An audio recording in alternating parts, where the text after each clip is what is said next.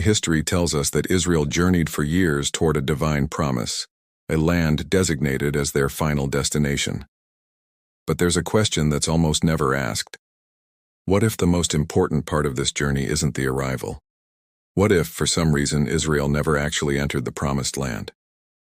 Ancient texts, strategic decisions, and shifts in narrative focus raise an uncomfortable hypothesis. Perhaps the promise didn't fail, but was reinterpreted. Some scholars suggest that the objective ceased to be territorial and became symbolic. If this is true, what really happened at the end of the journey completely changes the meaning of this story. For centuries, the trajectory of Israel has been presented as a direct march toward a well-defined physical destination. A people freed from slavery, led through the desert, sustained by laws, leadership, and a clear promise of arrival. This narrative, repeated and consolidated over time, created the impression that the outcome was inevitable. However, when the story is observed more closely, points emerge that deserve to be questioned. The journey extends over decades. Generations succeed one another. Central leaders do not reach the final destination, and gradually the focus of the narrative shifts. Instead of the conquest of the land, the texts begin to emphasize social organization, collective identity, and norms of coexistence. The promise remains present, but ceases to be the practical center of the narrative. This opens space for a different interpretation. Perhaps the story is not structured to highlight the arrival, but the process. The introduction of laws, rituals, and responsibilities suggests that something greater was being built before any territorial occupation. Thus, the fundamental question is not only whether or not Israel entered the Promised Land, but why the story itself seems to prepare the reader more for the journey itself than for the moment of arrival. The environment in which this story unfolds plays a decisive role in how the journey is understood. The desert appears as a space of transition, far removed from political structures, established cities, and defined borders. It is in this setting that collective identity begins to be shaped. The absence of fixed references forces the group to depend on internal organization, leadership, and shared norms. Daily life is marked by constant displacement, practical decisions, and continuous adaptation. In this context, the environment ceases to be merely a geographical obstacle and becomes a social laboratory. Each challenge reinforces the need for cohesion, while the promise of the land functions as a conceptual horizon, something that guides but does not immediately materialize. Over time, the desert ceases to be just a temporary path and comes to represent a space where values, laws, and hierarchies are established. The prolonged experience in this environment transforms the expectation of arrival into something secondary. The place where one is begins to matter more than the place one is going to. And this profoundly alters how the final destination is perceived within the historical narrative itself. The first warning sign appears when the idea of destination begins to lose clarity. Instead of continuous progress, the journey becomes marked by interruptions, route revisions, and long periods of remaining in the same place. Important decisions are postponed, justified as a need for preparation or correction of conduct. At the same time, concern grows regarding maintaining internal order, as if the greatest risk were not outside, but within the group itself. The promise continues to be mentioned, but increasingly conditioned on specific behaviors and undefined future results. This subtle shift indicates that something has changed. The ultimate goal still exists, but it ceases to be treated as imminent. The story begins to focus less on territorial advancement and more on managing the present. This is the moment when the journey ceases to seem like a stage and begins to resemble a permanent state. The warning does not come from an external defeat, but from the silent change in priority when the journey begins to matter more than the arrival. The witness to this moment is not presented as an isolated character, but as a perspective that emerges from direct observation of events. These are the people who perceive the difference between what was promised and what is being experienced. They see the instant when the border ceases to be merely a physical limit and begins to represent a choice. As they approach the promised territory, their enthusiasm does not grow in proportion to the responsibility that entry would demand. The reaction is not uniform. While some still see possibility, others highlight risks, challenges, and consequences. This divergence reveals something important. The difficulty lies not only in the external environment, but also in the internal disposition for change. The witness in this context represents the perspective that understands that the journey could continue, but perceives that the group as a whole is not yet ready to assume what this entry would mean. It is in this contrast of perceptions that the narrative begins to gain complexity, showing that the decision to move forward or not goes beyond orders or promises, involving maturity, trust, and collective choice. The initial investigation emerges as an attempt to understand why the journey is not progressing as expected. Instead of proceeding directly to the promised conclusion, the focus shifts to analyzing collective behavior, decisions made along the way, and the conditions necessary for the next step. Leaders begin to evaluate errors, successes, and consequences, seeking reasons to explain the delay. The promise remains valid, but is now surrounded by criteria, evaluations, and processes. This movement transforms the journey into something increasingly rationalized and less spontaneous. Entering the land is no longer seen as a natural consequence of the journey and becomes dependent on a series of prior adjustments. In this sense, the investigation not only seeks answers but redefines the rhythm of the story. By trying to explain the reason for the wait, a structure is created that makes the wait acceptable.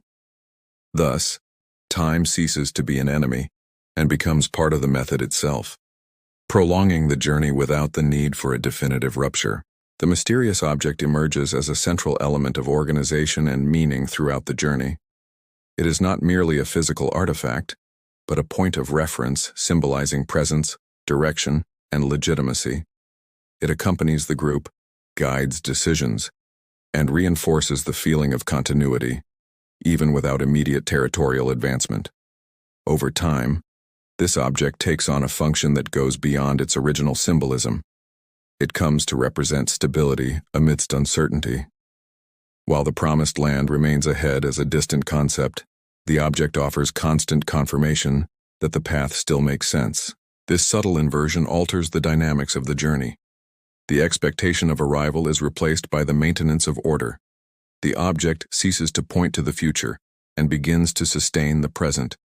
In this way, that which should propel movement ends up contributing to permanence, making the journey a continuous process, without urgency of completion. If this interpretation is making you rethink this story, leave a comment below with your perspective. These videos are meant to provoke reflection, and I read all the comments.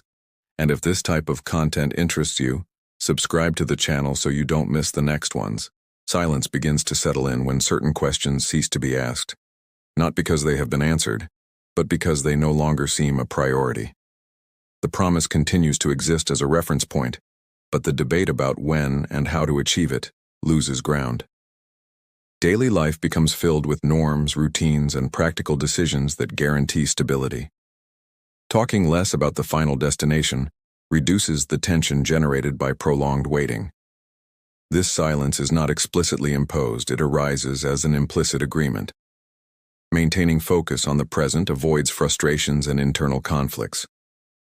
Gradually, the absence of questioning becomes normal. The journey ceases to be a central theme and becomes a backdrop.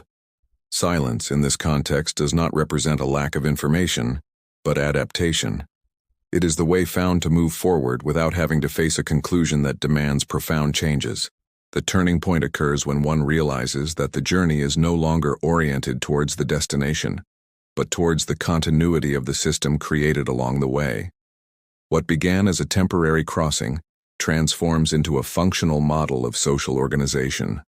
Laws, leadership, and rituals begin to exist independently of the final destination. At this point, moving forward ceases to be a strategic priority. Entering the promised land comes to represent a rupture with everything that has been built.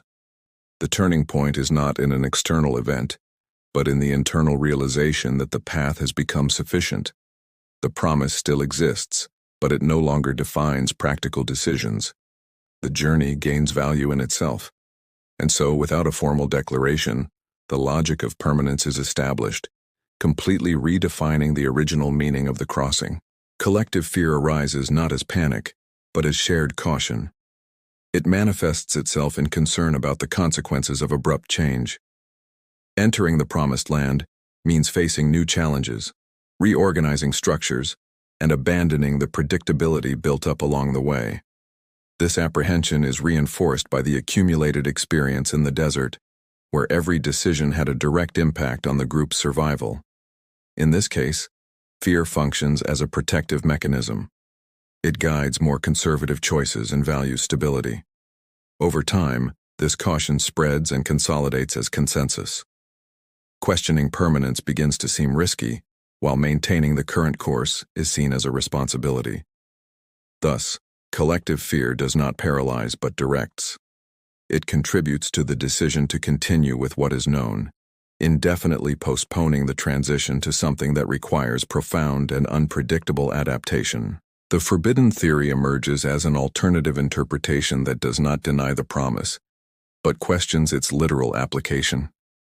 It proposes that the objective of the journey was not exclusively the occupation of a territory, but the formation of a collective identity capable of sustaining itself in any context. This reading is uncomfortable because it shifts the focus from conquest to internal transformation. According to this theory, the Promised Land fulfilled its role as a motivating horizon, but not as an obligatory destination. Resistance to this idea stems from the fact that it redefines success and failure. If accepted, the theory suggests that the journey was not interrupted, but completed in another way. Therefore, it remains on the margins, discussed only in restricted circles. Making it central would require revising the entire traditional narrative and admitting that the meaning of the promise may have been more conceptual than geographical. The end of the quest is not marked by a specific moment, but by a gradual shift in perspective. The expectation of arrival loses strength as life along the way becomes established. New generations come to know the promise more as a cultural heritage than as a concrete objective. The idea of seeking the promised land remains, but no longer guides urgent decisions. The journey finds a point of equilibrium, where continuity seems more important than completion. At this stage, the quest ceases to be an active movement and transforms into a historical reference. The path has fulfilled its function in structuring the community, and the need to advance becomes secondary. Thus, the quest ends not through failure but through assimilation. The original purpose is absorbed by the present, concluding the journey without the need for a formal arrival. The revelation arises when one understands that the central question was never just about territory, but about purpose. History indicates that the promise did not disappear. Its function changed. Instead of representing an endpoint, it began to operate as a guiding principle. The promised land ceases to be a place to be reached and becomes a concept that sustains identity, values, and direction. This revelation reorganizes the entire narrative. There was no failure in the journey, but a silent redefinition of the objective. The journey fulfilled its role by transforming a dispersed group into a structured community. Entering or not entering the land ceases to be the decisive point. What matters is what was built along the way. The revelation, therefore, does not end the story with a traditional conclusion, but with a broader understanding of the meaning of the promise and how it shaped choices, behaviors, and priorities over time. The legacy of this journey lies in how the story continues to be interpreted and applied. The idea of a promise that guides without necessarily being physically fulfilled has influenced generations, serving as a basis for reflections on identity, purpose, and choice. Israel's account shows that not every journey is defined by the destination, but by the impact of the path traveled. This legacy invites us to rethink the meaning of success, shifting it from immediate achievement to the gradual construction of meaning. The story remains relevant because it raises a universal question. To what extent is the final destination more important than the process that transforms us?